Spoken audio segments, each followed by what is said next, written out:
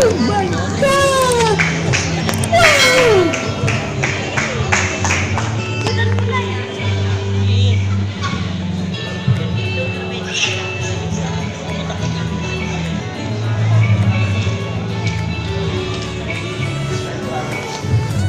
Ayan, thank you po, Tito Greg. For our next 7 wishes, we have NFC Pastor, co-pastor, si Pastor Leon Pacheco. The best na bati at dapat na batiin ng ating pong minamahal na Bishop Romulo Jacoba. At simula po nung nakilala ko po ito, itong ating kaibigan na ito, ay talagang marami po kami pinagsamahan. No? Una-una, yung kanya pong anak na si Romulo Jacoba Jr. na pangasawa po ng pamangkin ng misis ko. Kaya parang ito po ay talagang kumparing buo ko na. Okay, si Maricel. Yung mga apo niya, apo ko rin. Kaya talagang lalo po kami naging close at naging kumpare ko rin po ito sa mga kasal-kasal. Okay po, pareho kami kinukuhang ninong at hindi pa rin kami titigil. Isang bagay lang po ang nakakatuwa po sa tao ko ito. Kasi nung nag-start po ako na mag-pastor, I've been pastoring, ano po ako? Wala pa akong knowledge about homiletics, hermeneutics, at siyempre, puro biblical aspect yung kanyang binabanggit sa amin. During that time, ako po ay auditor po, and at the same time, naging secretary po ng Cadence, at siya naman po yung chairman ng Cadence. So, parati po kami nag-debate pagka andun po siya sa bahay. So, yung sa debate po namin, siyempre, yung pananampalataya ko, pag nalaman ko, pareho naman kami pananampalataya, pareho naman yung faith po namin. Kaya pagdating po sa mga terminologies, malaki po yung naitulong po na ito sa akin. So, na-encourage po ako na mag-aral dahil po sa tao po ito. At simula po nung nakapag-aral po ako ng Bible School dito po sa Assemblies of God, the School of Ministry, malaking tulong po yun sa akin. Kumulaw din po ako ng graduate at hindi po ako tumigil sa pag-aaral na tuloy-tuloy po dahil po sa kadidebate ko po. Kadidebate namin dalawa. At malaking tulong po itong tao po na ito at talagang malaki po yung naibahagi na po sa akin para po lalo po ako mag-strive bilang mananampalataya, hindi na po as a pastor. At talagang maraming bagay po ang amin po mga pinagtatalunan na pagka nagtalo po kami, akala mo nag-aaway na kami, pero hindi po nagkakaintindihan kami yan. Dahil sa lahat ng mga terminologies regarding po sa pag-aaral po ng salita po ng Diyos. So, bilang lingkod ng Diyos, ang wish ko po kay Bishop Romulo Jacoba, ang wish ko po sa kanya, yung kanya pong plano na maipatayo po yung mega church sa buong city of San Jose del Monte na itatayo dito sa Sapon. Okay, kasama po ako dahil nag-pray. At alam ko po, na ito pong taong to ay marami pong pera.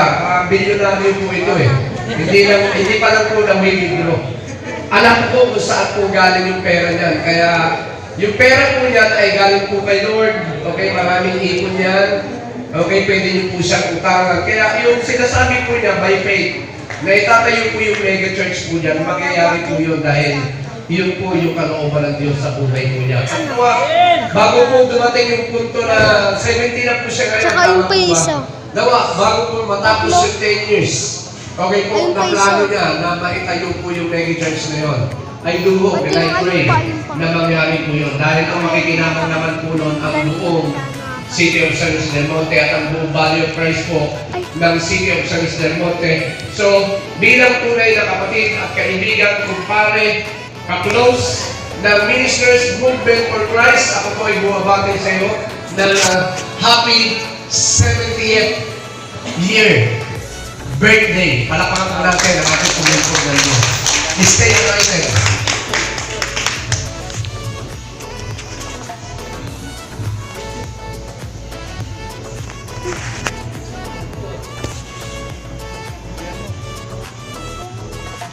Thank you very much, Pastor Napoleon Pacheco, for this very encouragement wishes to our dear pastor. And now we have Pastor Roddy Somera. So may we call on Nana Leone for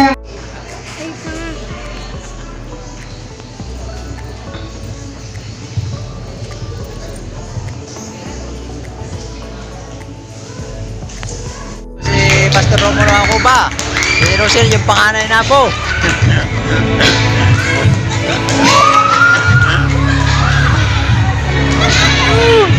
Oh, dami nakatawa.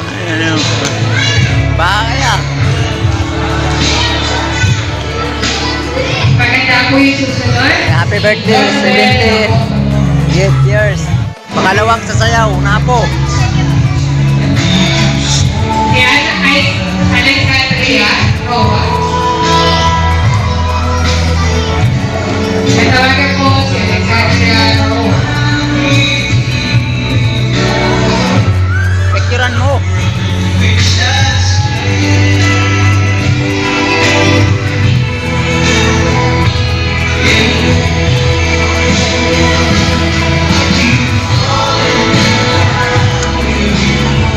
Next po, kanyang apo, Miracle Joy Acoba.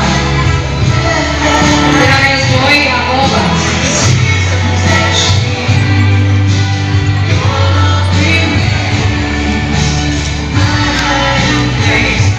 Apa? Makakapo po ni tatay ang kanyang mga anak. Okay ah. Yui.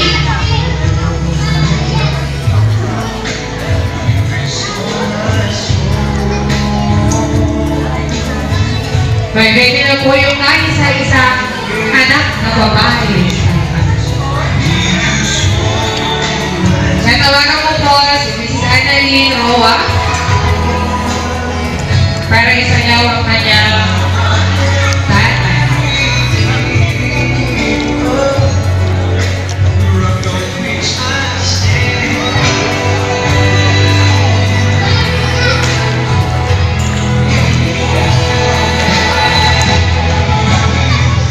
Ayan, what's up mga bro? Dito tayo ngayon sa Activity Centers Motor Pool kung saan nag-celebrate si Pastor Josue Acobe. Sinurprise na kanyang mga anak. Po para sa 7th life 50 story years. tatay. Yan, 30. tawagan ko po ang kanyang may bahay, Miss Macaria G. Acoba. Palakpakan po natin. Bro, yan tunay na mag-asawa. Yan, celebrating the 70 years anniversary kay Pastor Romulo Acoba. Ayan. Ayan namin dito kami ngayon sa Activity Center Motor Pool.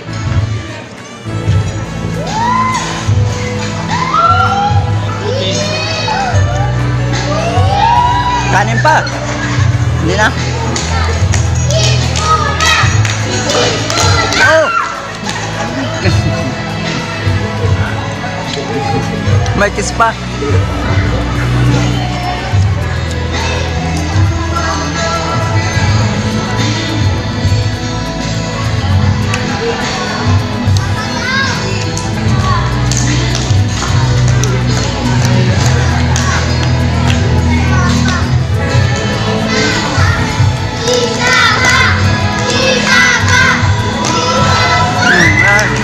Maraming salamat po.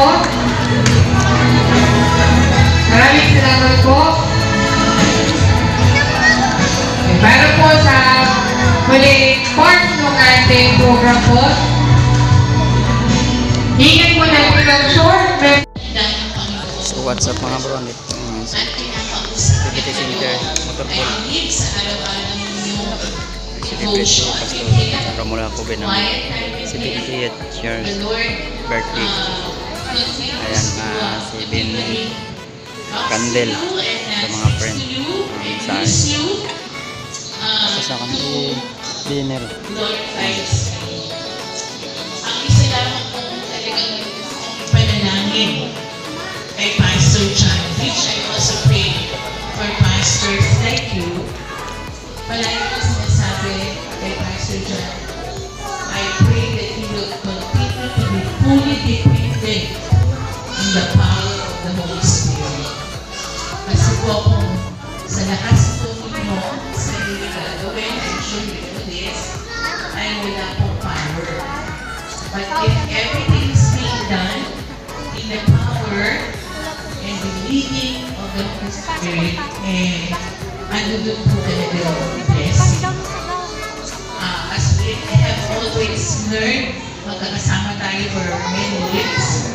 Palagi tayong nire-remind that we are already blessed in the Lord. So, Pastor Kat, you are blessed, your family is blessed, your wife, everybody joining you here, we are all blessed in the Lord. And we are one with Pastor Jack, choosing before God because He is faithful yesterday, today, and forever. Happy birthday, Pastor Jack. Love you, and we continue to pray for you po. Amen. Praise the Lord. Praise God, amen. And now we have Nineba Mendoza.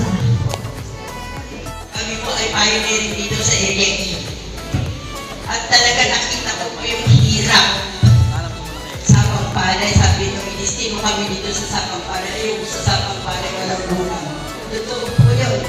Nakaranas po kami ng walang pagkain, pero nagpatuloy po kami dahil alam ko ang pangako ng Panginoon hindi napapaliwala. Maraming ginamit ang Panginoon na kami ay pinagpala. Yan, ito po, magkakasama po kami. At talagang ginagamit po na ang Panginoon ang bawat isa para tayo po ay hindi ma-discourage po na maglingkod sa Panginoon. At ganoon din po ang nangyari sa inyo ni Ate Karin. Salamat sa Panginoon dahil pinatunayan ng ating Diyos na hindi tayo tinagkulang kailangan. Amen. Purihin po ang Panginoon at happy birthday.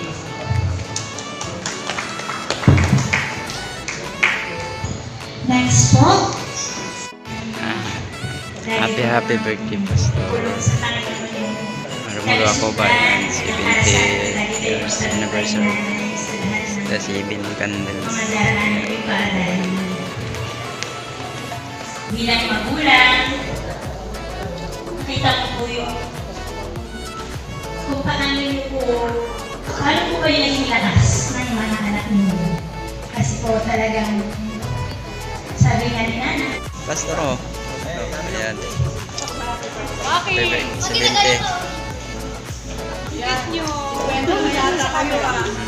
50 na. Kulang na may isa. Isang platon.